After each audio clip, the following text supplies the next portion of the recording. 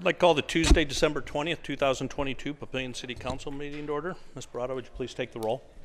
Sunday, Mumgard, Gaines, Glover, Fanslaw, Klug, Stubbe, Ingberg. Would you please join me in the Pledge of Allegiance?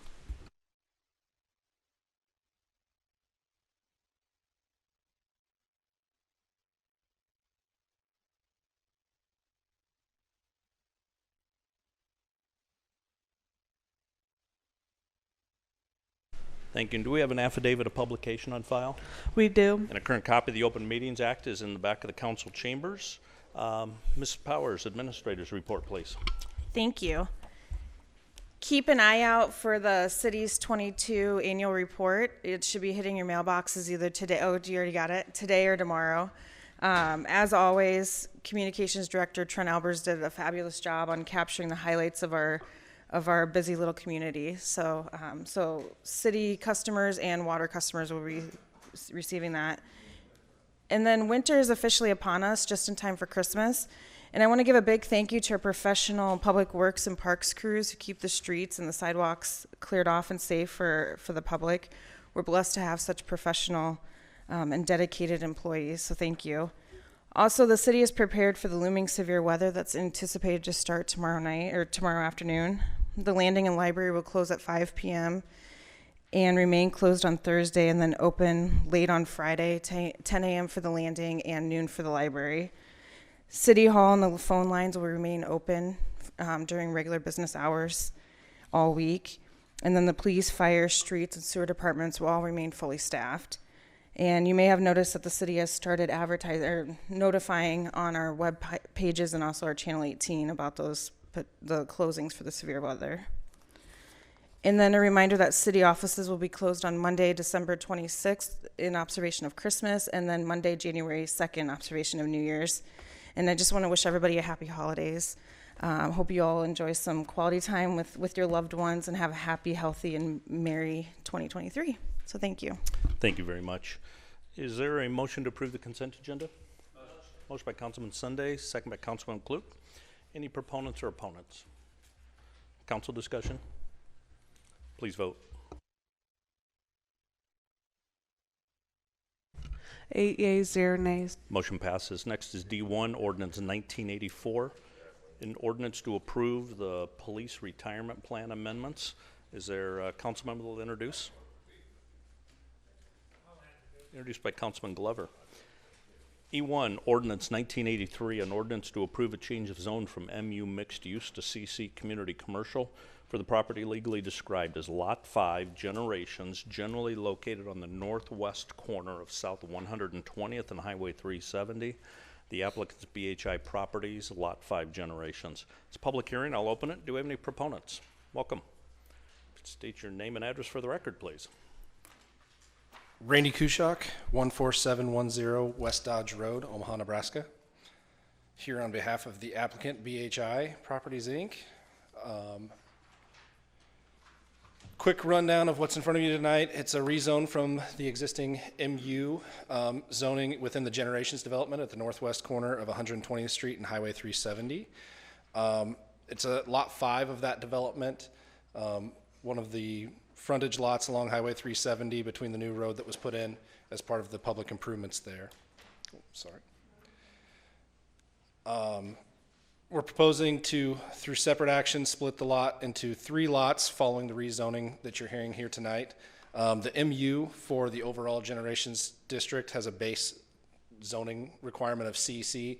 So us moving to CC in this area is consistent with the overall master plan that we're looking to do with Generations. This area was just part of a future phase.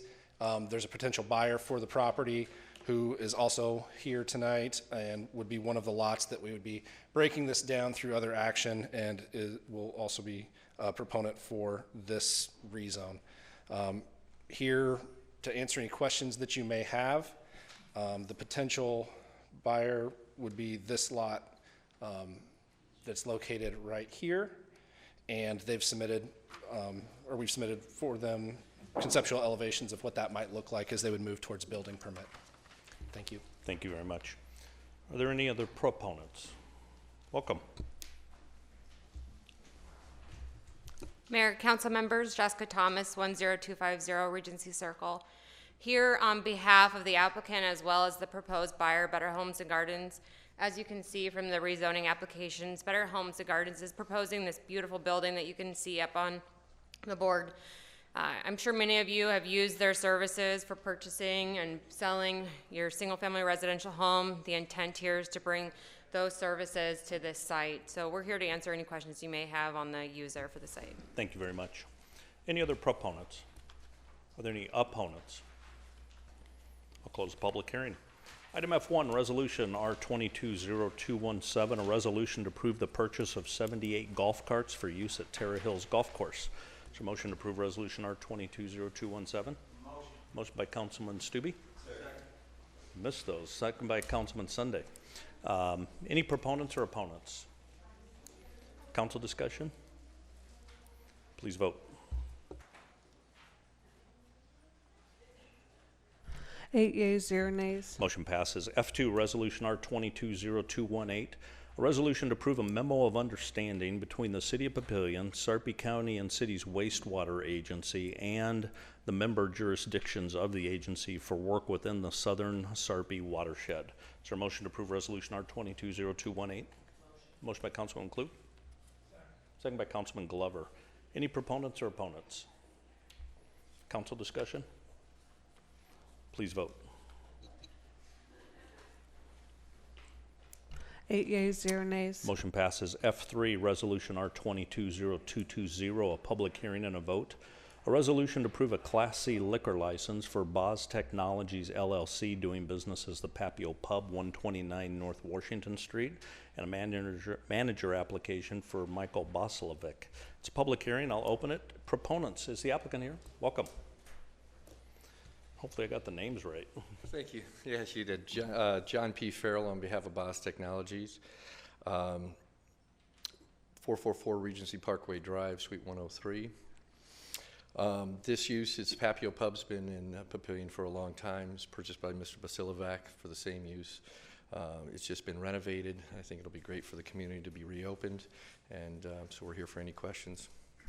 I think the only question might be, we got a fairly short agenda, so if he's here, you want to come up and give a little bit of an advertisement of what the business is? Yep, come on up, Mike. People are curious. Welcome. Hello, everyone. I'm Mike Silovac, 1010 Creighton Road, Papillion, Nebraska. Visions, plans for the place. I kind of want to bring the younger crowd back to Papillion. In the future, maybe short term, back patio, garage, live bands. But for now, I just want to get on my feet and kind of get rolling from there. So, any questions? Appreciate it. Mr. Mungard. I'll just point something out to you. It's the back area there, which is an alley and then some patio type area. Your neighbor, the Twisted Vine, has created a very nice patio, wonderful patio there. I've discussed with them and others in the future creating that whole alley area as a gathering place, city festival area for Papillion Days and other things, that the city could create that as a gathering place for all 4, 5 of the bars that are right there. I will point out that it's my understanding that part of the problem in doing that is that the parking right behind your place is controlled and owned by you. And that's different than the rest of it. So getting it all to work together has in the past been a hurdle because of that separate type of an area that sits back there. I'm hoping that you would also join in sometime in the future working with the city to create a festival area back there. Not a full-time festival, but at least at the appropriate times, we block it off, we have lights, it's a nice place to gather at the whole area there. What's now the alley is an area. And I hope you can work with me and others to try to achieve that, and so that we don't have the hurdle that you control certain, like 2 or 3 parking spaces behind your building. Well, I look forward to coordinating such events in the future. Thank you. Thank you. Welcome downtown. Thank you. Any other proponents or opponents? Close the public hearing. Is there a motion to approve Resolution R220220? Motion by Councilman Glover. Second by Councilman Stube. Any discussion? Please vote. 8 yeas, 0 nays. Motion passes. F4, Resolution R220221, a resolution to approve 2023 trash hauling permits. First one is Abe's Trash Service, second is Gretna Sanitation, third is Waste Connections of Nebraska doing business as Papillion Sanitation, 4 is Waste Management of Nebraska, and 5 is Waste Services of Nebraska. If there's no objection, we can handle them all in one motion. And if there is an objection, then maybe we pull the one that there's a discussion on and handle the others. But is there a motion to approve Resolution R220221 inclusive of all of them? Motion by Councilman Ingberg. Second by Councilman Stube. Any proponents or opponents? Are all the applicants here? Is Abe's here? Gretna? Okay. They get a conflict, but they did call. Okay. Waste Connections? Okay. Waste Management? Okay. And Waste Services? Okay. So everybody but Waste Services. Any council discussion? Mr. Sunday? Can you turn your mic on real quick? Yeah, thank you. If it's working, thank you. I know we've talked about this in past years, and I know this came to committee. I think Mr. Mumgard is aware of it. There's been talk over the years of putting this out for bid to one trash server only in the interest of not only saving the consumer money on their monthly or every 3-month bill, but also in saving our city streets from redundant traffic from these very heavy trash hauling vehicles. And they are very heavy, and they do damage to the road. It's just a matter of how much. So I know I was on the committee that looked at this a few years ago, and we put it out. We asked the city staff to study it. By the time that study got concluded, as I understand it, I was no longer on the committee, and it was taken up last spring. I never knew about that until today. So I wonder if Mr. Mumgard, before I continue, could sort of elaborate as to what happened and what the thinking was, if he remembers. Remember, Mr. Mumgard? Yes, I remember very well. I don't remember the details. Mr. Sunday is absolutely correct that at some point in the past, in the appropriate committee, there was some discussion about at least gathering information so that we could decide if we wanted to move toward one approved, principally residential garbage collector. That has long been a matter of some discussion. I think you could go back about 20-some years and see that we actually had a council vote on that subject. It didn't succeed. And yes, I've always thought that would benefit both the city in, as you say, less wear and tear on our residential streets, and secondly, it would benefit the homeowners because historically we've always had our citizens have always had to pay more for garbage collection than is paid in neighboring cities that go in that direction, Ralston, Bellevue, etc. I think, is that a coincidence that we have this, quote, competition here, and yet we have the highest garbage price? I think, no, that's not a coincidence. That's the result of our failure to consolidate. That was a matter of discussion. As I recall, the only thing that came out of that meeting that he references was that we were going to request the operators provide to us numbers of customers so that we could get an idea of whether, citywide or specific areas, we really had that situation where there were multiple trucks going up and down the street. Because since then we've had some consolidation of collectors, and 2 of the big ones combined into one. So what that meant was, for some areas of town, instead of having 2 trucks going down the street, we now only had 1 truck going down the street.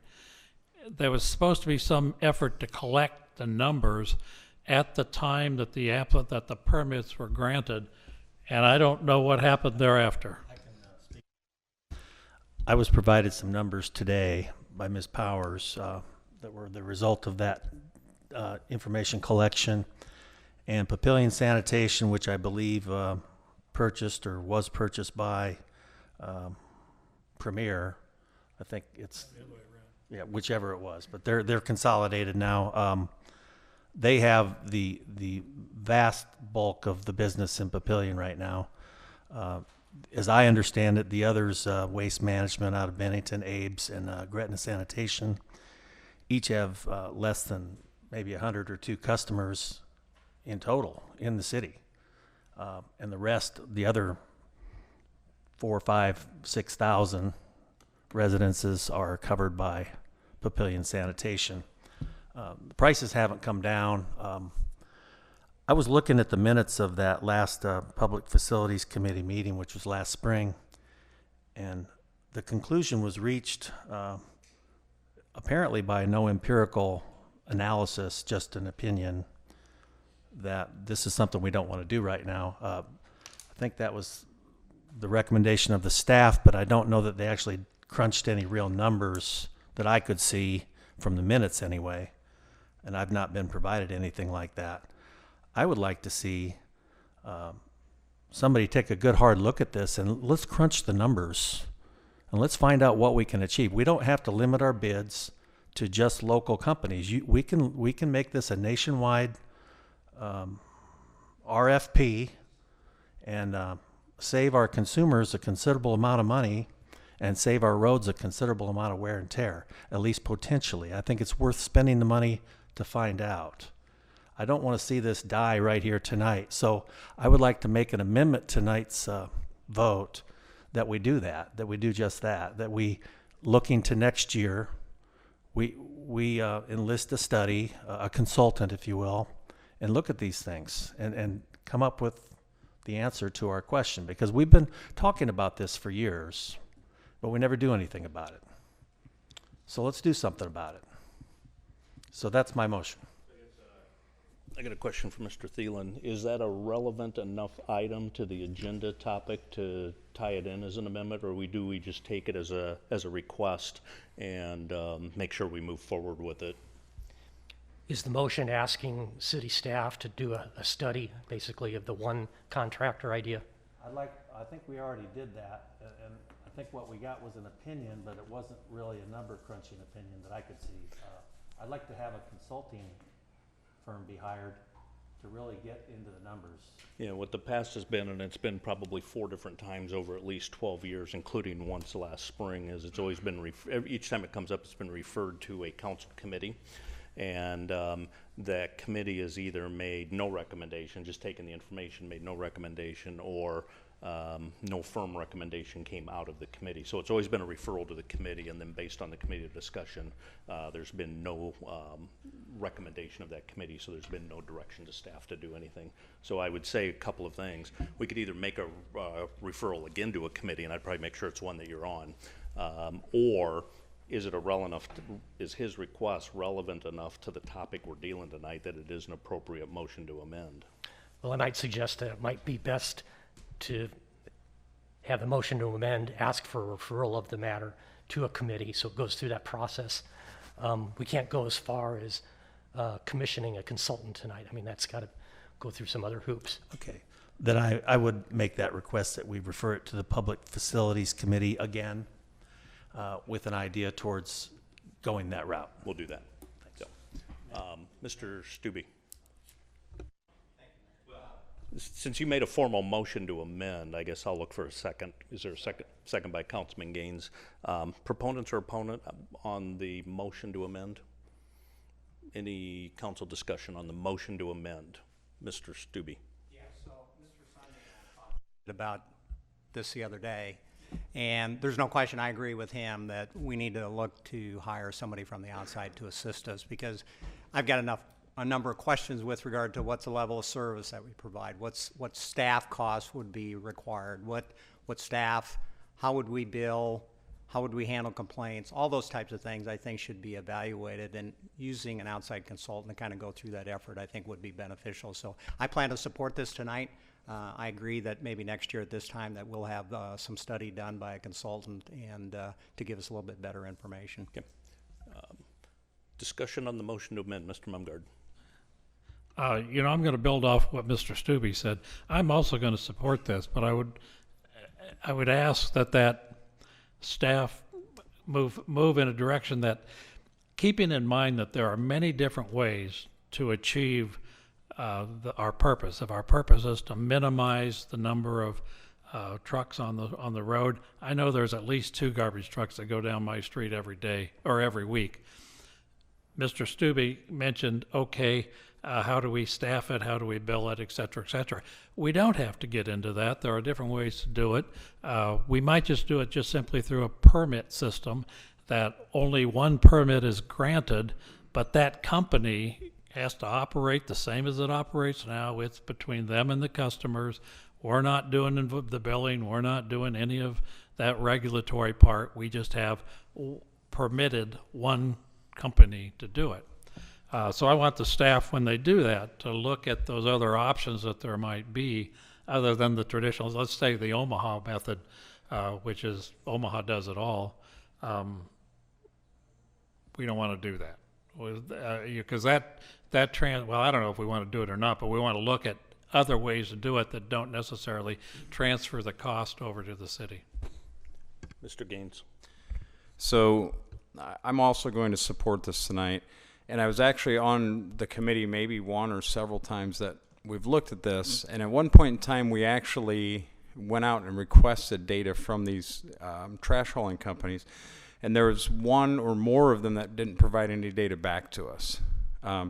So sometime in the middle of the year, if we haven't made some progress in this, I'll probably offer some sort of amendment to a city ordinance that we're able to sanction companies that don't provide us the information when we request it, because that's what our job is. And I think the purpose of it is more than initially when there were 2 major companies. I think road maintenance was one of them, and road wear and tear still is an issue. But the second thing is the cost saving to the consumer versus the costs that we're going to incur to do this. But we've just never really gotten that data, so we've never been able to make a decision. But I do think it's time to press on and hold some people accountable if they're not going to provide us data. Mr. Ingberg. Well, obviously, times change, but I would ask Mr. Sunday and anybody that's on the Public Facilities Committee or whomever you decide to send it to, that one thing that and it's probably the hardest thing to quantify that I really want you to look at is the quality of service. And I say that because the multiple times I've sat here and discussed this, and the several times we've had a ton of people testify, you rarely heard anybody complain about the price. What they're most concerned with was their service. And the people that came to the podium that said, I don't care if I pay a little more, I want the service.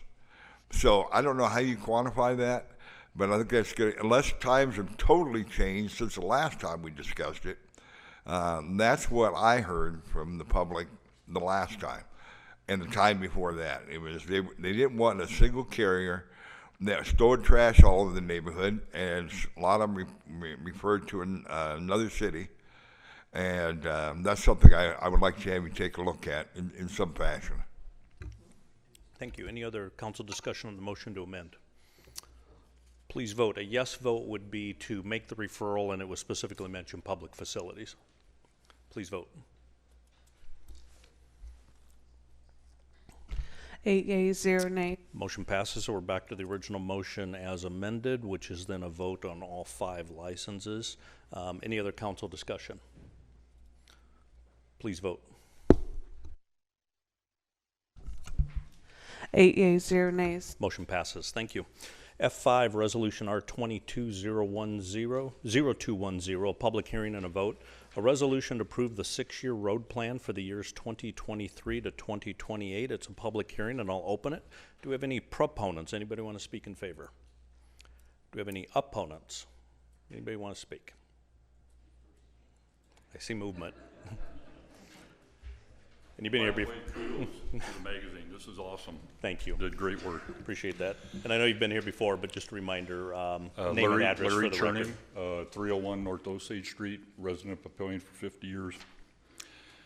This is opposition for the Beetle and Osage and 3rd Street extensions. Many of us have voiced our concerns over the past several months and at these council meetings, as you're well aware of. It really doesn't make sense to be spending, I believe it's 1.2 million, roughly, okay, dollars of taxpayers' money on these extensions.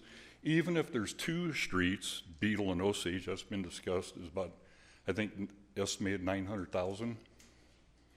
Those could be debatable. Don't know that for sure. We as taxpayers, we paid $11,000 for a traffic study, and it basically stated there was no benefit.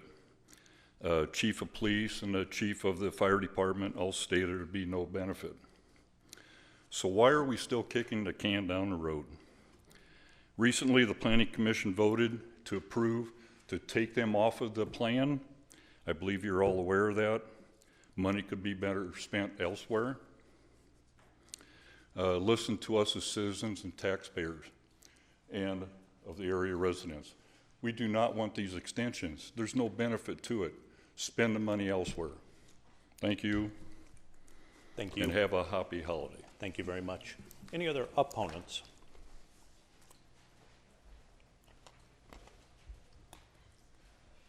Welcome. Again. Yes, indeed. Thank you. Bill Smith, 121 North Beetle Street, Papillion. Welcome to the new member, Mr. Fansela. You bet. You're probably going to hear a lot of repetition here, I think, but so be it. About 2.5 to 3 years ago, I first became aware of this issue because I saw surveyors out at the end of my driveway. And I live at the end of Beetle Street where it would connect to First. So I went down and asked them what was going on. They were really hesitant to kind of cough up what the story was, that they were surveying for a street to go through. So that's what began my interest in coming to these meetings and following this. So since that time, this is the 5th city council meeting that myself and many of these others have been to on this topic. We've also been to 2 city planning meetings. Now, as you've heard, the residents have brought forth many points in opposition of these street extensions. We had the petition that many of the residents signed. Of the folks we talked to that lived on the streets, it was around 90% that were opposed. And they had a variety of reasons: traffic, noise, safety, increased crime, all the things that have been stated. The traffic study, as Larry mentioned, that was brought up, a request for data, give us some hard facts. That was done. The results showed a minimal impact. At that point, also a town hall meeting was suggested or mentioned. And at our last meeting, the last time I spoke, I know I asked about that, and I was a little surprised to hear that the time for the town hall is really after the project gets onto the 1-year plan. And in my mind, I thought that town hall was going to be a tool for the decision making of moving forward on the project. Well, once it's on the 1-year plan, it's already too late. That it's kind of like the train has left the station. It's no longer part of the decision. It's more of and the way I said it was pouring sugar on a bitter pill for the residents. You want to convince everybody that it's okay. Concerns about first responders, and Larry talked about that, having meetings with the fire chief and the police chief. And the last time we talked, it was brought up connectivity within neighborhoods and how, the goal would be to have connectivity neighborhood to neighborhood without having to go onto major arterial streets. Now, if you consider what we're talking about here, Beetle Street, Osage Street go directly to First Street. First Street, the only way out is to 72nd or 84th. So you're on a major artery to get out of there. If you go down the end of 3rd Street, you're onto American Parkway, south to First, north to 6th. Once again, you're straight to the arteries. There's really no way to get neighborhood to neighborhood connectivity without going on a major artery there. So that kind of goes out the window. in my mind. Another thing that I did this one day, I went out to the end of 3rd Street where it dead ends, and I drove up to Jefferson and over to the stop sign where Jefferson meets First. That took me 2 minutes. So for someone who were to live down at that far end of the neighborhood that goes to work 5 times a week, that's 20 minutes. So to me, we all waste that much time, you know, watching YouTube videos or drinking your coffee in the morning or whatever it is. So, you know, and then if you look at the other streets that are closer, you know, it's even less. And still, the magnitude of that amount of time does not seem that great. One thing I did, kind of while thinking about this, I took a look at the comprehensive plan that was written somewhere around 2002, and I'm kind of insinuating that that's when it was because the mayor was Donnie Brandt, and that was during his time period. Some of you guys were actually on the council then. That's very credible. And what I got out of looking at that is comparing, even if just looking at the maps, but comparing Papillion then to now, what a huge difference. This town is a monster compared to the size it was then. There's been so much development, so much real estate that has been grabbed, lack of a better term there. And, you know, and there's also of consideration, there is the number of large projects in town going now, like the Tower Project, like all the developments going out the west on 370 and to the south down 72nd and stuff like that. So there's so much of that going on. There's been so much of that going on for such a long time. I have to wonder, why are we spending money on these road extensions that most residents do not want, and they show no demonstrable improvement to the neighborhood? And why not leave well enough alone with these streets, have a neighborhood of happy residents who feel the council has listened to them? Thank you. Thank you. Any other opponents? Welcome. Hello, Lorene Redante, 1108 Park Drive, Papillion. So basically, I'm a person of integrity, and I promised all these good residents back here that whether I won the city council seat or not, I would still help lobby their cause. This is my ward, it's not my neighborhood, but I do want to preserve the charm of Papillion, and that neighborhood, or this neighborhood that we're currently in, has a lot of charm. The road extensions, in my opinion, will not improve Papillion and only anger the residents. The cost, $1,965,000, is not a wise use of our tax dollars. It is time to remove this proposed extension completely from the 1 and 6 year road plan, as the Planning Commission recommended from the meeting held November 16, 2022. The fund should either not be spent or allocated toward other needed projects in Papillion. With the $12,000 spent on the traffic study by Felsberg, Holt, and Uleveg dated April 14th, 2022, it states in summary, it is anticipated that the addition of the 3 proposed access points would not have significant impact on traffic operations. If built, the intersections are expected to operate acceptably with single shared lanes, stopped, controlled minor approaches. The extensions also provide a small percentage of traffic diverting off Washington Street, network permeability, and enhanced emergency response for the neighborhood. So I would encourage all the council members to remove this extension from the 1 and 6 year road plan. Thank you. Thank you. Excuse me. Mr. Mumgard. Okay, since you came up and wanted to express an opinion, let me point out a couple things that bothers me about that. The traffic study showed that during at least 2 hours, just 2 hours each day, morning and evening, 157 cars would use these 2 extensions. Now that means that during those 2 hours every day, there's 157 cars that are driving principally west to Washington Street or up to 6th Street. They are driving past other people's houses. Now, I've represented that area for a number of years, the western side of that area for a number of years. And I'm aware of some people there who don't like the amount of traffic that comes past their house. Well, that traffic comes past their house simply because the city has never created the connectivity that would allow those cars to go someplace else. Point of order. No. Is this a time for him to question? Here's my question. Or to make a comment? Here's my question.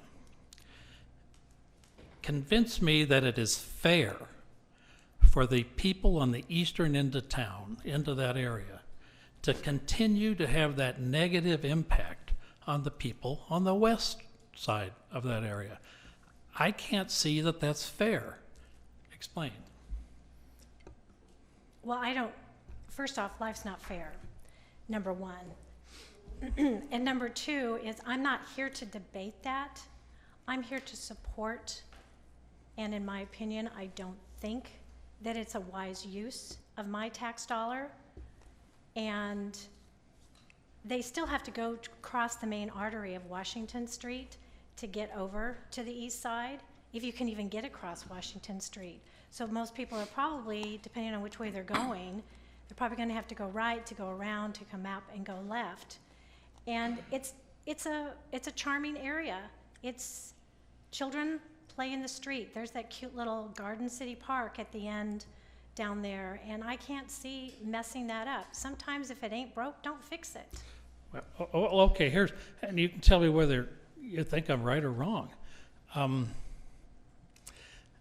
It bothers me that the city has created a situation where a number of people enjoy a benefit, the privacy or the quietness of their eastern end of that area. They enjoy a benefit at a cost and a negative cost to other people. And I tend to think that government should not allow that to happen. So tell me why I'm looking at it wrong. Because I don't believe in overreach, and I don't believe in overregulating. And if you're going to tell me where my rights end versus where somebody else begins, we got a whole nother conversation. Well, see, what I'm saying is that the rights of the people who don't want this to change end when they are creating a negative to the other people. And that's all I'm seeing. Thank you. Mr. Gaines. Ms. Renate, I just have a couple of questions for you. Yes, sir. You just campaigned for city council in Ward 2, isn't that correct? I did. And this neighborhood is in your ward, correct? It is. And did you go door to door in that neighborhood? I did. And did you ever at any point in time find anybody, these people that Mr. Mumgard spoke of, that were being encumbered by these roads and going by their homes? No. So you didn't, in all the meetings that you've been to throughout you running for city council, did you ever hear any proponents of these roads going through from that neighborhood? I didn't personally talk to any, no. Okay, that's all I have. Thank you. Okay, you're welcome. Thank you. Any other opponents? And I do want to be careful when we get into interrogating opponents, because this is our opportunity to listen. I know we're in some fine lines, and we've had that before, so we'll allow some grace, but we'll also be sensitive a little bit. So, welcome. Hey there, Edward Weniger, 1709 Ridgeview Drive. Yeah, I certainly think that there is a situation in that neighborhood that may or may not exist, but I don't think it's government's role to solve all of everybody's problems, and people have traffic drive by their house all the time.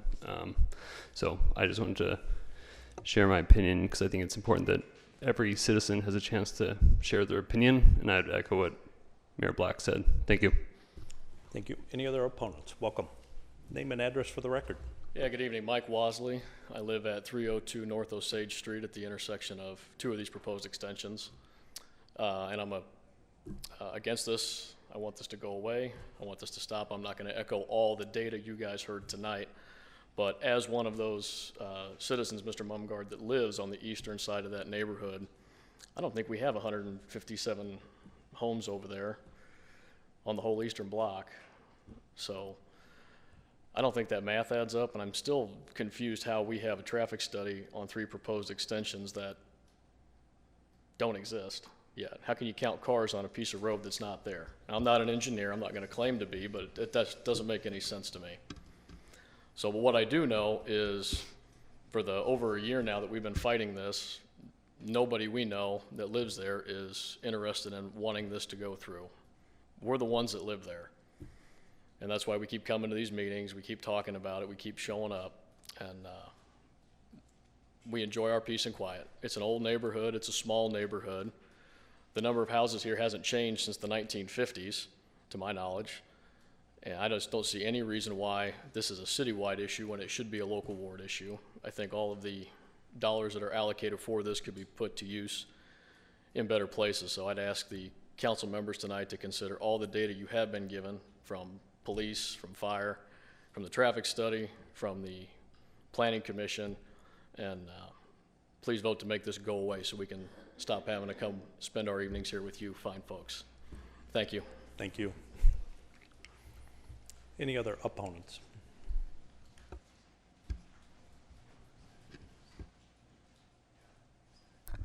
Hi, my name is Jason, 310 North Osage Street. Obviously, I'm against this, along with everybody else. I'm just going to say, I've only seen people that are against it, not were for it. None of them have showed up to these meetings, ever. So I'm just going to say, we have gone through all the studies. We have gone through everything, all the data. I'm not going to repeat it. You know, you guys have heard it. I'm not going to keep repeating it. There's no reason why I can see this should even go through. It's just a waste of money. I saw the extension to 72nd all the way to Portal. That's like $10 million. I mean, that's a lot of money. We can use that 1.9, 1.2 million towards stuff like that actually does need improving. We don't need these roads open. It's a good, peaceful neighborhood, and we should keep it that way. History is history. I mean, you see this little Portal school. It's a nice little place. I mean, why should we have to give her a peace and quiet? Because somebody, I don't know who, might have a financial interest in this somehow, some way. There might be some financial or some nepotism. I mean, I work for local government myself in a different county, so I know the way politics and government works, so I just would hope that that's not the case. So, thank you. Thank you. Any other opponents? Welcome. How you doing? Michael Tiedemann, 101 Somerset Drive. I feel there's 3 things that we should look at anytime we propose legislation. That's, is it fiscally responsible? Does it present a significant impact, positive impact to our community? And do the citizens want it?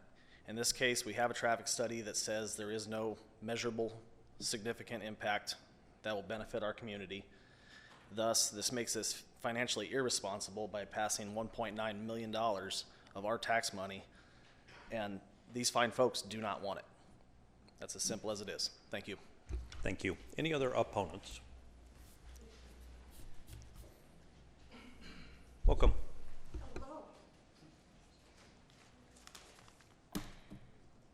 I want to thank you all for paying attention throughout all of this on this cold night when we all would love to be home curled up. But once again, I'm here, and I'm going to talk about the fact that we oppose the extension of Beetle Street from East 1st to 2nd, North Osage to Osage Drive, and East 3rd Street to American Parkway. It's not that we oppose the 1 and 6 year road plan. We have to plan for the future. We have to make sure that the good of Papillion is looked at. But honestly, I hear Mr. Mumgard talk about 157 cars.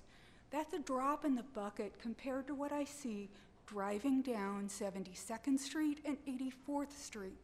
Now, those are the main artery ways that when you look at the 20-year plan, they were looking to preserve. It isn't that they want to connect the neighborhoods overly much. They want to preserve the peace and the small town feel of the city. Now again, I'm not against the 1 and 6 year road plan. I'm against this particular provision of it. Now, we also met with the committee, and if you look the committee recommended that this part of the plan be removed. Now, a lot of things have started to bother me. For instance, I remember standing here and having people say, oh yes, we're gonna tell you what's happening. And I got one notice. It's dated October 6, 2021, that they were gonna come and actually, I brought a copy of it in case anybody's interested, and do a survey at the end of our street. And that's what I expect of this city council. And, you know, I got this letter in July 2022 too, where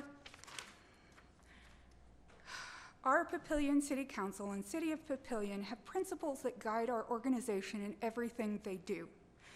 Now, a couple of these really kind of stand out when we're looking at this situation here. Good communication is one of them. Transparency and fiscal responsibility. Now, that's what I expect, and let me show you this one. This is what my city council has actually promised me. So, if you decide to work on this street, I expect that you're going to communicate with me like you promised, and we, the citizens of the neighborhood, are going to show up and tell you what our opinions is. Now, I personally think it's irresponsible to put those streets through. We're spending somewhere around $2 million to do things that the people don't want, and that money could be better used in other hot spots. So, again, I'd like to thank you for taking the time to listen to all of us sitting back there who believe that this road plan could be made better by omitting these three provisions. Thank you. Thank you. Any other opponents? Seeing none, I'll close the public hearing. Is there a motion to approve Resolution R220210? Yes.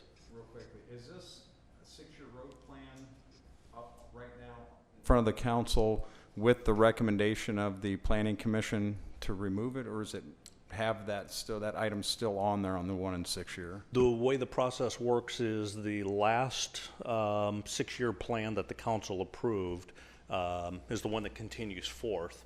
What goes to the planning commission, they're a recommending body. So if they've made a recommendation to change it, that didn't actually change it. So what's still going forth is the original with their recommendation to remove. So the motion to approve this resolution is the original 6-year plan that's been put through the council so far. So then procedurally, if council would desire to follow their recommendation, there would have to be a motion to amend. So is there a motion to approve Resolution R220210? Mr. Mumgard. Well, I guess I have two questions, procedural in type. Back in September, we were trying to get our budget together, and we had in front of us the 1-year road plan, which is the 2022-2023. Now, that was first time in my 20-some-odd years with the council that we had a 1-year plan like that. Correct. And I understood that we had to do that for some statutory reason affected by the budget. Okay, we passed that. That now is back in front of us as part of the 1 and 6 year road plan. Now, historically, we've always had a 1 and 6 year road plan, and we were able to move things among those years. Can we move things, since we have already approved the 22-23 portion of this 1 and 6 year road plan, can we move things in and out of that?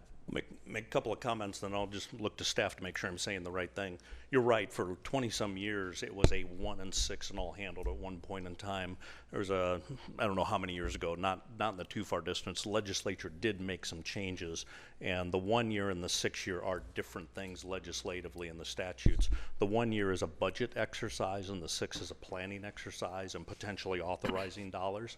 And so as we were looking at our processes in a lot of areas to be aligned with statutes, that's when the separation of the 1 and the 6 occurred. So from last year and ongoing, the 1 year plan is a budget exercise authorizing through the budget process the dollars for the 1 year. So then to the question of, you see the 1 year in this 6 year plan, that would just be a point of reference because you've already approved that in the budget process. So that would be a point of reference within the 6 year plan. So we're still just dealing with a 6 year. To your question, if we wanted to move something up, council's free to make any motions they want to adjust things within there. I think the only practical effect, well, there'd be a lot of practical effects, but if you moved something into the current fiscal year, 2022-2023, you're in effect making a budget amendment. That would be a little bit of a different dynamic because then we'd have to figure out what's the funding impact. Are we going to pull dollars out of general fund to accomplish that? Are we going to cancel a project? Are we going to issue debt? How are we going to fund that project? Because that would be a budget impact of the current fiscal year. Well, okay, I'm not going to move anything in or out of the 22-23. But as far as moving around within different years, that would just be a motion to amend tonight. I would just simply request that in future years, if we're going to have to do a road plan for the budget, that we bring the 1 and 6 year plan up before the budget, not late in the year after we've already handcuffed ourselves with regard to 1 year. Because when you're only doing 1 year, you've lost the flexibility that we have with a 1 and 6 year. We've always been flexible in moving things in and out of the 6 years that we're dealing with. When you come in with just, we're just dealing with 1 year, and by the way, that's going to be somewhat of a handicap when we deal with the 6, we've lost that degree of flexibility.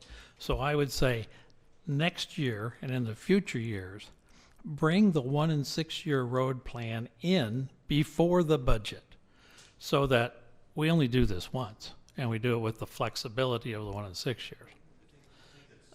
I think in this process, it's actually what we're doing because tonight we're approving a 6 year plan. The 6 year plan being approved at this point in time of the year, we're now getting ready to go into budget planning for the next fiscal year. So now we know council intent. We work through that based on your approved plan. And then as we work through that, then as we come into spring, we have the one-on-one meetings with council to say, are we still in the right priorities? Then we develop the budget and then we approve the budget. So actually, I think by dealing with the 6 year plan at this point in time in the year, it's actually the beginning of our budget process. And I think over time it accomplishes exactly what you're looking for. Well, I understand that they have different purposes, the 1 and the 1 and the 1 and 6. My point is just simply, in the way that you've chosen to do it, you've handicapped the council and we've removed flexibility, and I don't like that process. I recommend in the future we do it different. Thank you. And then secondly, I want to make an amendment to the 24-25 part of the 1 and 6 year. Do I do it now? Or do I wait for a motion to approve? We don't even have a motion yet. So I guess I'll ask for the motion to approve Resolution R22. If that passes, then we have a motion on the floor, and then we can ask for the amendment. Motion to approve by Klutz. Second by Stubbe. So now, motion to amend. Okay, well, I will make a motion to, in the 2024-2025 budget year, we remove project M483-252, which is the 3rd Street connection to American Parkway. I don't see that there's sufficient need or justification for that extension. At some point in the future, if we put a fire station over there, fine, they can discuss it. But I would just want to remove that, make that a 2 extension project And then I would ask the Public Works Director to please confirm to me what the cost item would be if we remove the 3rd Street extension. I believe the email you sent me said that the cost would be $800,000 for the 2 rather than the 3. For the Osage and Beetle combined, it would be approximately $800,000. It could fluctuate from there, but.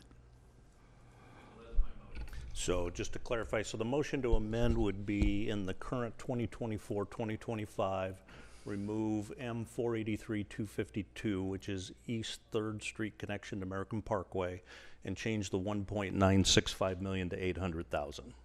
Is that appropriate? Okay. Is there a second? I'll second that. Second by Stubbe. Any proponents or opponents on the motion to amend? When is it appropriate to make a substitute motion? Procedural, I look to Mr. Thielen, but a motion to amend, if we have a motion to amend on the floor, so another motion to amend, if there is a desire, would be appropriate at this point in time, correct? Right. I wouldn't call it a substitute motion, but you can do a motion to amend the motion to amend that's on the table now.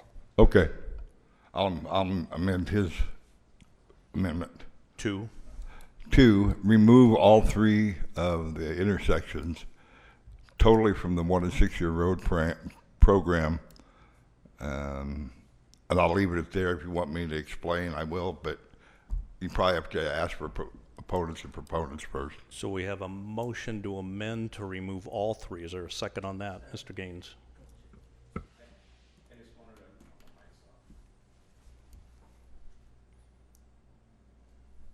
Wanted to say that in my 10 years on the council that I don't think I've ever seen us go against the planning committee's recommendation, and so I will second his motion. We have a motion and a second to amend. So now what's on the floor for discussion is removal of all 3 from the 2024-2025. Proponents or opponents on the motion to amend? Council discussion. Mr. Ingberg. Thank you, Mayor. I know I'm going to repeat the same story that I've repeated for the last several years, but particularly this last 2 years. And I'll only touch on a couple things that everybody's already talked about because we've all heard it before. I asked to have these removed for the same reasons I asked that they be removed before.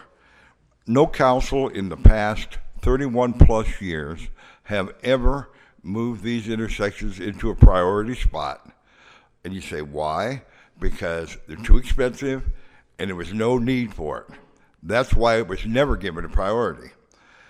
And then they showed up within the last year or 2 up at the top only because, as far as I know, because someone on the council asked the prior Public Works Director, not Mr. Kleffner, but the one prior, to move it up to the top of the list as far as priority. I don't recall anybody that I've served with in the last 4 years clamoring to move this to a top priority or to even get it done. So it's kind of strange how it's risen over the last recent past. You know, everybody's mentioned already we've had an impact study that cost $11,000, $12,000. The answer that some people wanted didn't come forth. So then we switched to the police and fire chief. They came in and testified. Those in favor of doing the extensions, they didn't get the answer they were looking for with that. So then it became an argument of continuity. Now, I will tell you that as a general rule, and Mr. Sturzman, I've talked about it before, I don't necessarily disagree with continuity. That isn't the case here, though.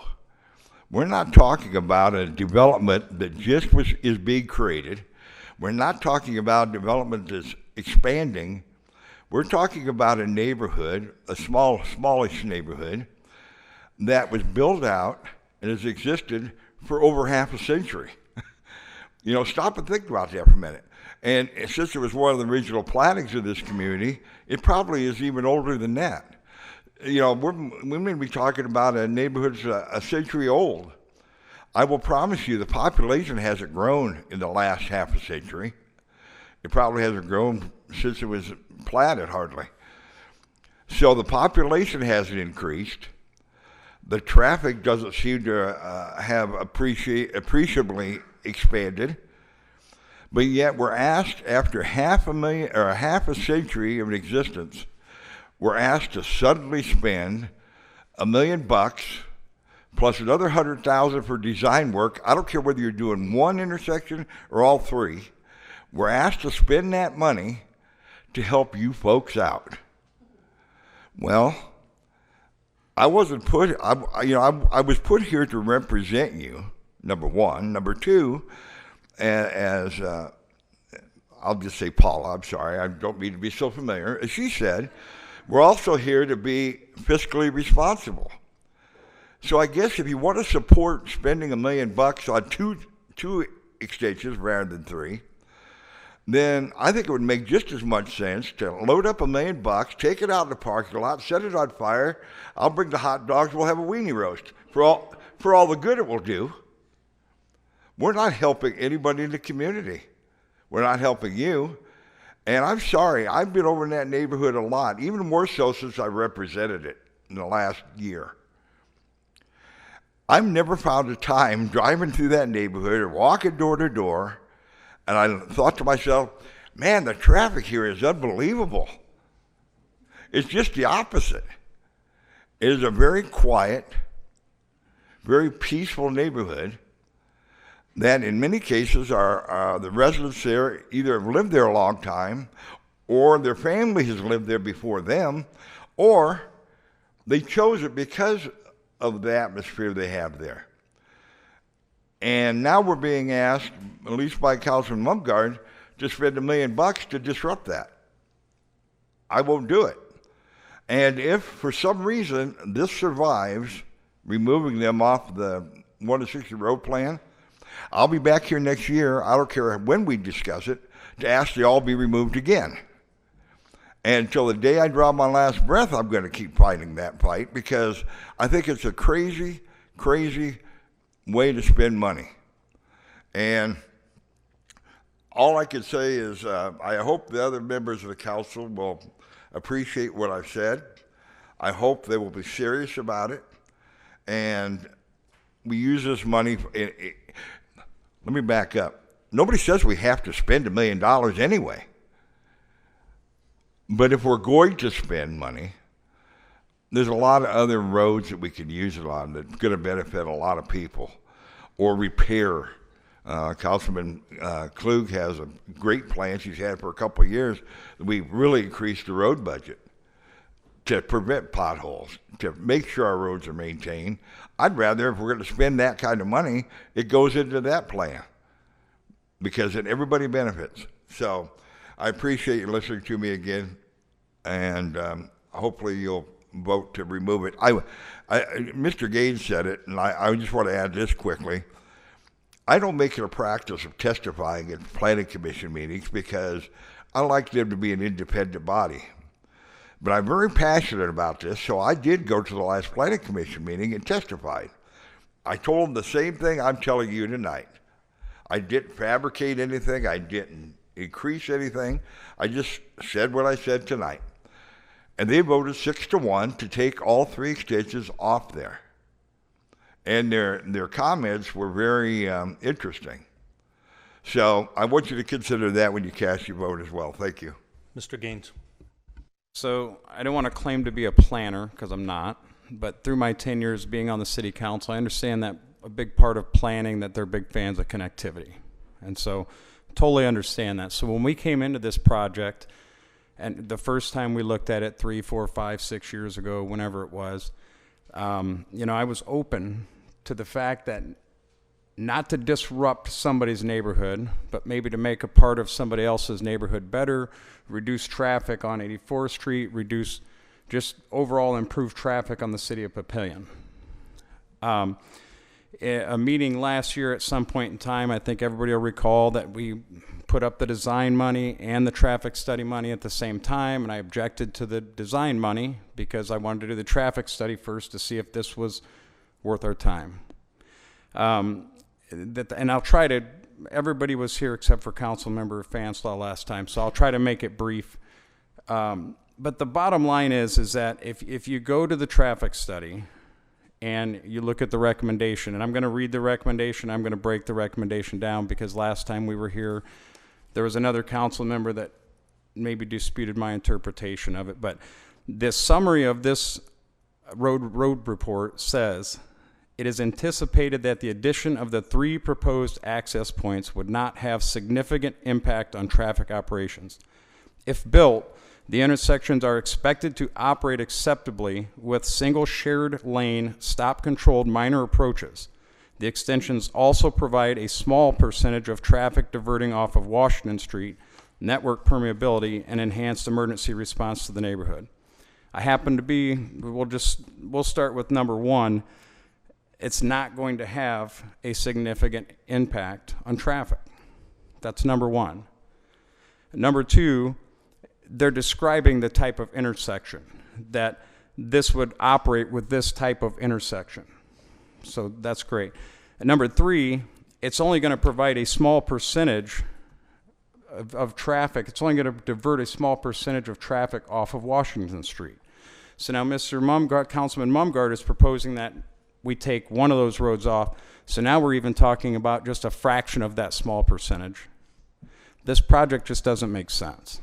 It really doesn't. And it's, number 1, I have to look out for Papillion as a whole, not, and no disrespect to my constituents because they're in my ward, but just because it disrupts 30 people and it protects 5,000 people, that might be an instance, and that we may find ourselves in the future in that situation where new neighborhoods come in, new roads are diverted, whatever happens, and we may be sitting here saying, hey, I'm sorry, part of Ward 2, but this benefits 10,000 people and it's going to hurt 100 people.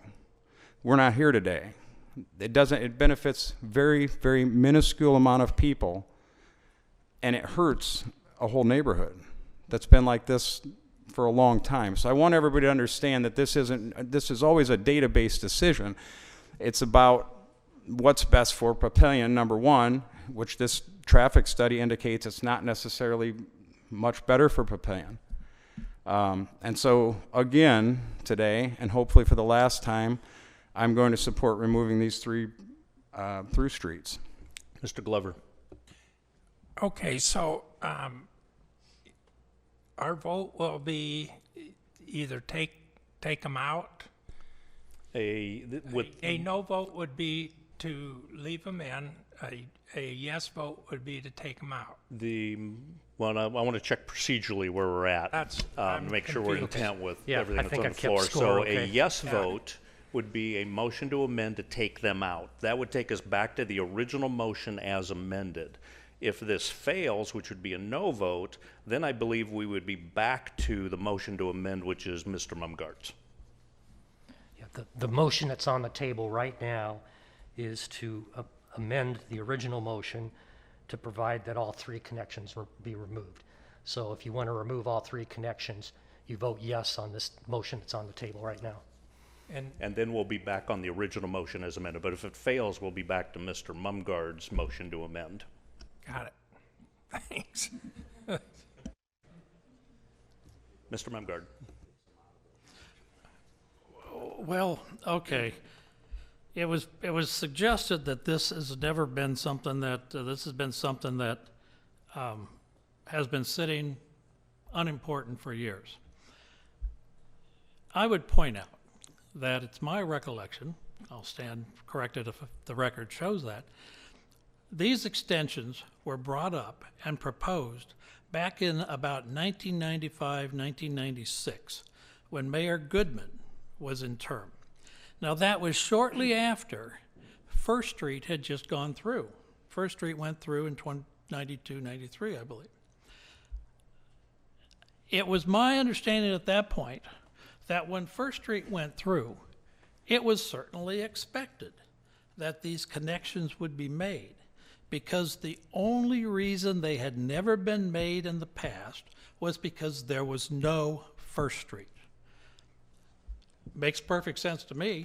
You put First Street through this big, wide, big connection. You complete the plan that had existed from the day this plat was approved. We decided at that point not to spend the money there, but to spend it on the west side of town. And yes, it pretty much sat and wasn't brought up for years. But I would point that out because I think that the original thought that was present at that time is that this would be a completion of the First Street extension. Secondly, I don't want to beat a dead horse, but I've heard enough. I've heard this last paragraph of the traffic study cited many times saying, oh, the traffic study says don't do this. That reading of that last paragraph, I think, ignores several things the traffic study says. One, it says, I would clarify, a question was asked, 67 cars would use these connections in the morning, and 90 cars would use these connections in the evening. Now that's 167. Or 157. That doesn't even include the many cars that would use it other times during the day. So to suggest that, well, this will never be used, the traffic study says it will be. Number two, it says that doing this means that queues, lineups, are anticipated to decrease at the intersection of Beadle Street with 6th Street and Washington, meaning that the traffic up there on 6th Street, around Columkill, etc., would be lessened because people in that neighborhood would have other ways to get out of the neighborhood, get in and out. It says connectivity within the study area and outside of it would improve. It says that it should be noted that traffic may possibly increase with the proposed access points. Okay. And that drivers there would not be using the connection of these streets with Washington Street. Meaning, it doesn't take much of an imagination to look at the plat and say, if you want to go south or southwest and you're in that neighborhood, you got to move out to Jefferson or Washington. That is, you have to get into the downtown Papillion area. I thought we had a goal of minimizing the traffic through the downtown area. We spent a lot of money on a pedestrian crossing signal to in part control that traffic. And so I look at this and say, well, yeah, if you give the people another way in and out of the neighborhood, they won't be driving through downtown Papillion. And that's a good thing. It's what would fall under the category that was indicated, positive impact on the city. That's what I'm looking for. It's a positive impact on the city. Also, the Planning Commission recommendation. I will sit here and say I was never elected. I've been elected and re-elected 8 times. I have never felt that I was elected by the people expecting me to sit here and just do what a recommending body of non-elected people suggest I should do. So to suggest here that we have never, and we shall not, ever reject the recommendation of the Planning Commission. Well, that is not the way I work as a city councilman. It's not the way I do my job. To remove it completely would, at least at this point, eliminate the discussion. I certainly have been in favor of this for years. I'm willing to compromise. That's why I'm willing to take 3rd Street out. I came in here tonight also thinking I would make an amendment to move this up into the 23, 24 years. No, not going to do it. I'll leave it there in 24, 25. To remove it is bad government. It's the way that government should not look for the benefit of the entire city. Thank you. Ms. Klug. Thank you. We are here to do what our constituents have recommended we do, suggested we do, put us here to do. And I do a lot of time out in the community, a lot of time. And it's Christmas, and I've spent a lot of time in this community taking care of my kids and my grandkids. And anytime there's a big issue that has come up, it is very common for me to be stopped at the coffee shop, the tea shop, the restaurants, the grocery stores, the shopping areas, the toy department, just you know where I'm at. And people stop me and say, hey, I don't want to go against my neighbor, but here's what I think. Except for this issue. I haven't been stopped one time by somebody saying that, oh, we've got to have it. Not once. Not once have I been stopped in the public, and this is probably one of the most talked about items in the city council with years and years of us talking about it, and I've never been stopped by somebody in the city that says, wow, that's got to be done. It's gone the exact opposite. It is silent. We talk about connectivity and how important that is. I'm not a planner.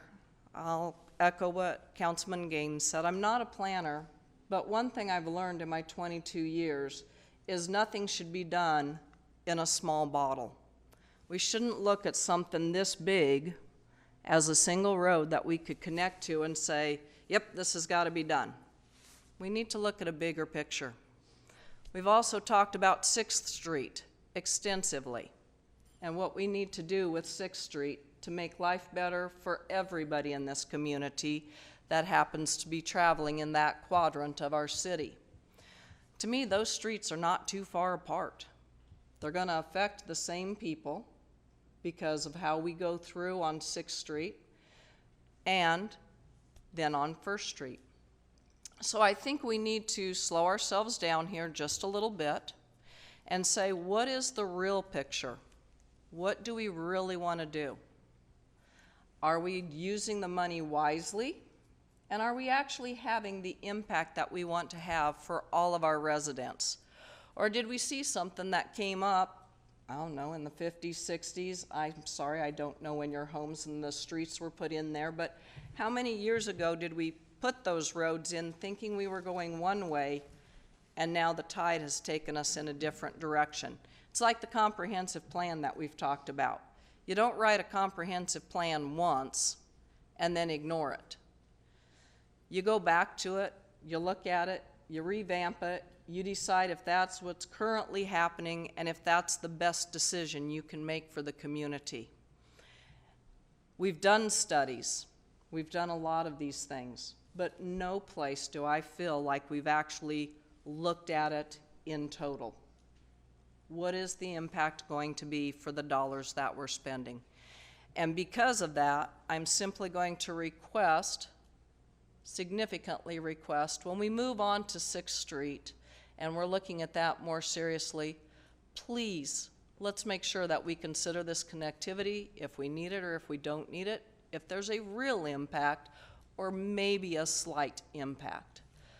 Right now, I believe removing these and saying, no, this is not the way that we should be moving, but let's look at the entire picture, not one little area because we have 2 or 3 stubbed out, because we have 2 or 3 stubbed out streets. It's not a guarantee. It was just the way we were planning many, many years ago. And we all know plans change. Plans change, and we need to be open to looking at what the whole picture in that area is, not an itty-bitty. So I will be supporting the removal of these from the plan with the significant request to look at the whole as we move forward. Mr. Fanslow. Yeah, thank you, Mayor.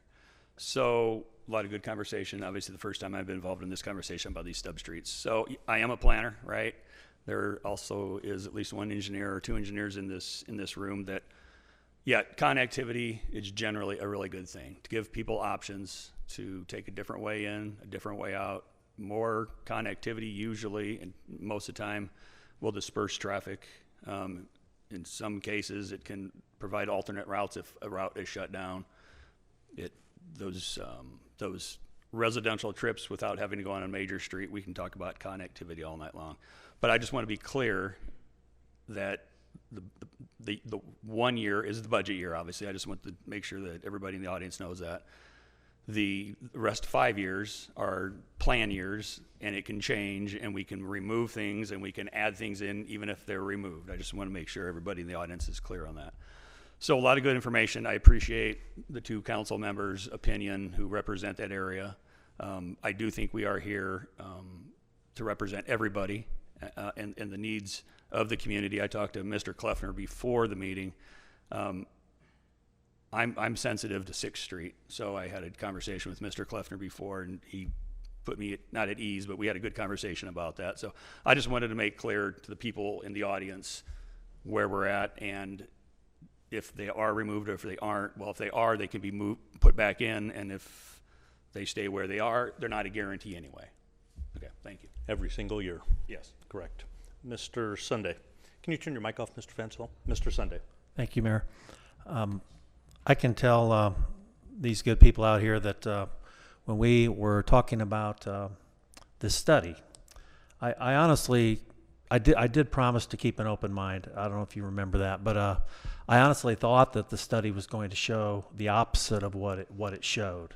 I think the study shows that any benefits that we get from connecting these streets is really negligible, and I was sent here by my constituents in Ward 3 to be a good steward of their tax dollars, and I don't think it's a good idea to spend over $1 million on something that only brings a negligible benefit to the city. And that's without ever even considering what you folks think. And obviously you folks are against it very strongly, and that's a huge factor too. Mr. Mumgard has argued that these extensions were always part of the plan. I strongly disagree with that. I know a little bit about the history of Papillion, and that was a railroad track. First Street was a railroad track before. It wasn't a road at all. And so when the road got put in, those streets already, Osage and Beetle were already there. So there was no planning by somebody 100 years ago to someday extend those to First Street, because First Street wasn't even there. And even after First Street was there, Mr. Mumgard suggests that it was the plan, or the expectation, I think is what he said, the expectation that that would be done. Well, expected by whom, I would ask, by whom? Who is this sovereign from 50 years ago that we're all beholden to? I mean, I'm sure there were fine people that were on the council back then, but they didn't vote to do this. And we're not beholden to anything that he presumes that they wanted us to do. They didn't do it. They didn't do it then. They didn't do it in 1993 when they could have. So why should we be beholden to Mr. Mumgard's feeling as to what they intended all those years ago when there's nothing to prove what he says anyway? And besides, we're the council now, not the 1993 council. So, as Mr. Tiedemann said earlier, you know, you look at the benefit, you look at the cost, and you look at what the citizens want. And I think all three of those considerations point to getting rid of these off the 6-year plan. And so that's how I'm going to vote tonight. Mr. Mumgard.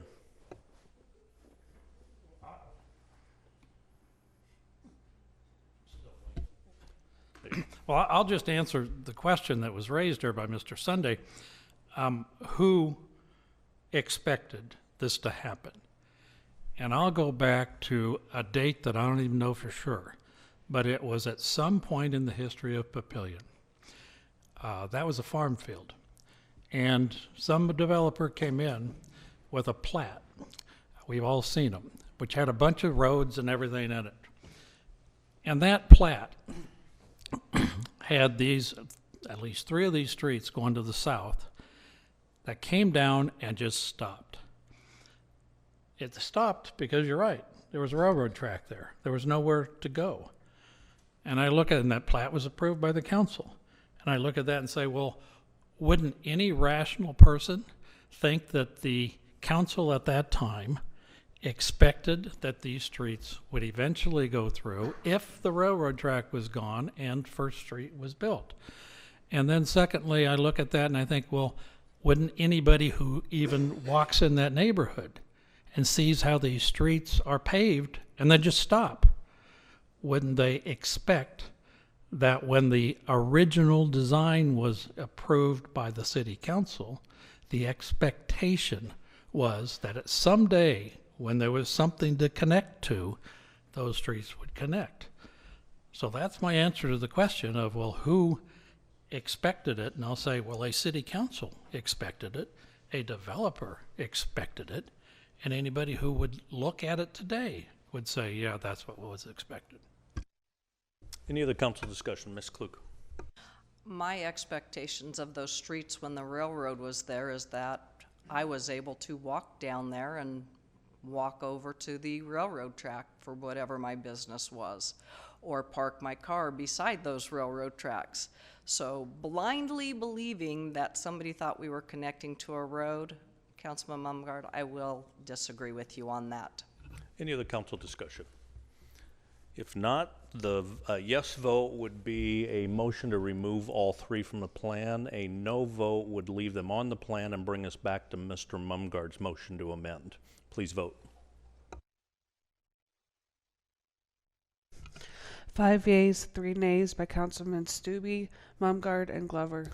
So motion passes. So now we're back to the original motion as amended. Any council discussion on that? Mr. Mumgard. I just have a question about the reference to the Cornhusker Road 6th Street design. In the 22-23 year, it says that there's that street is going to be spent $1.236 million for design. And then you go down to 27-28, and the exact same reference is there that street is going to be designed for $10.1 million. Isn't the 27-28, isn't that a construction cost?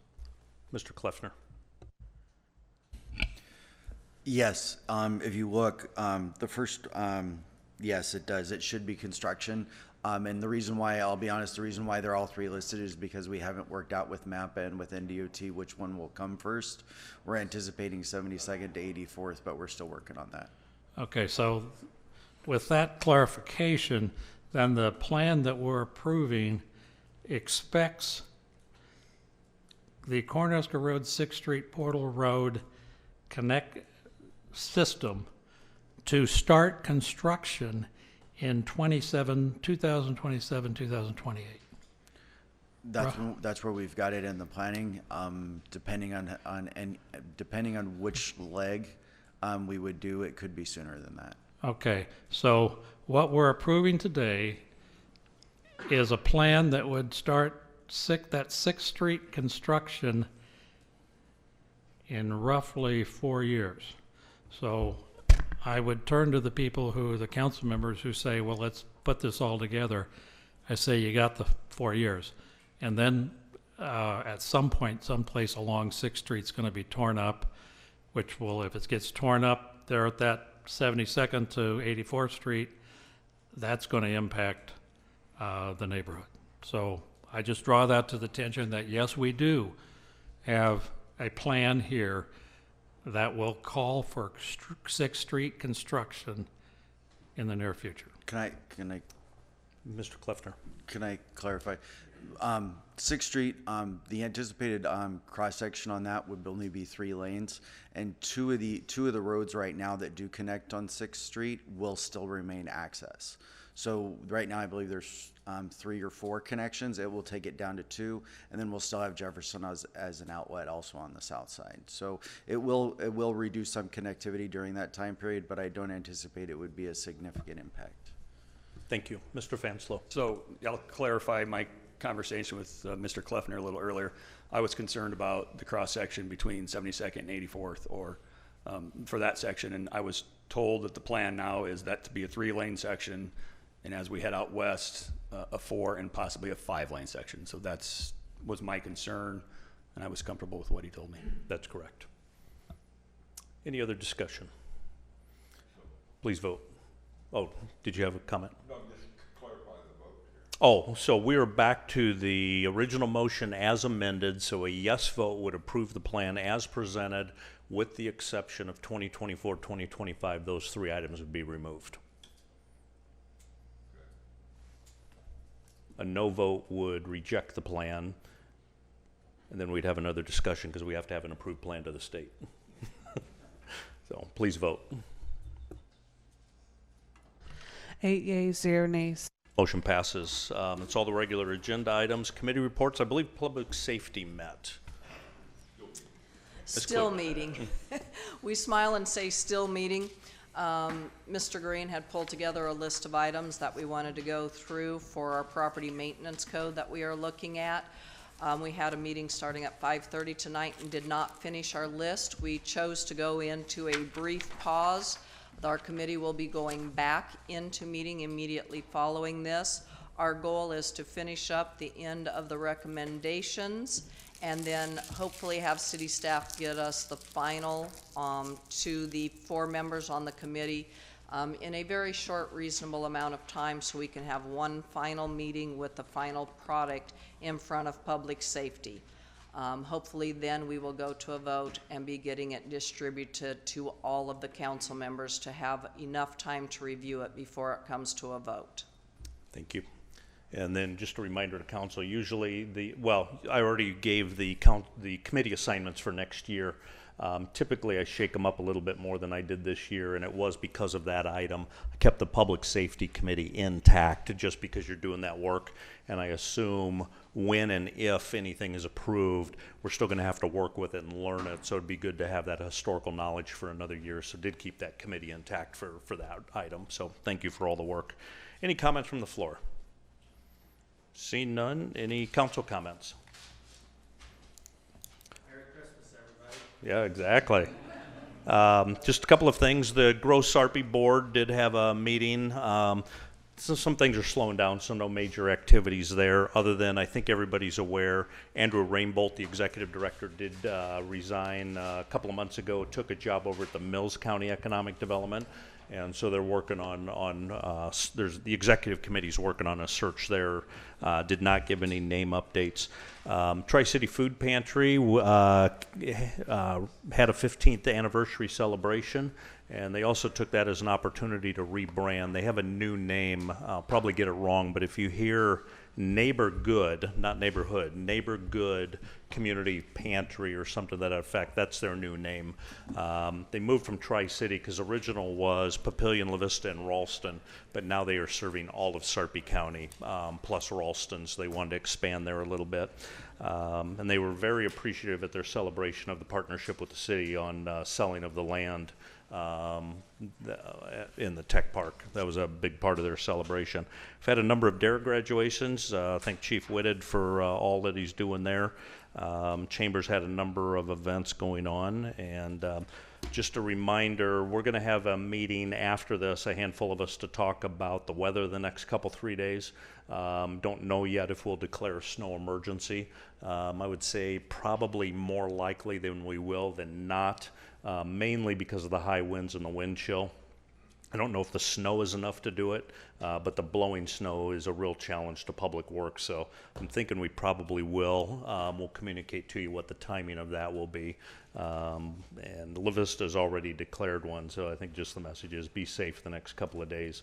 Ms. Powers already mentioned some of the departments will be closing down or going to shorten staff, and some of the things that are closing, so just be safe. And then again, Mr. Sunday, thanks for the reminder. Merry Christmas. Is there a motion to adjourn? Motion by Mr. Glover, second by Mr. Gaines. Please vote. 8 yeas, 0 nays. We are adjourned.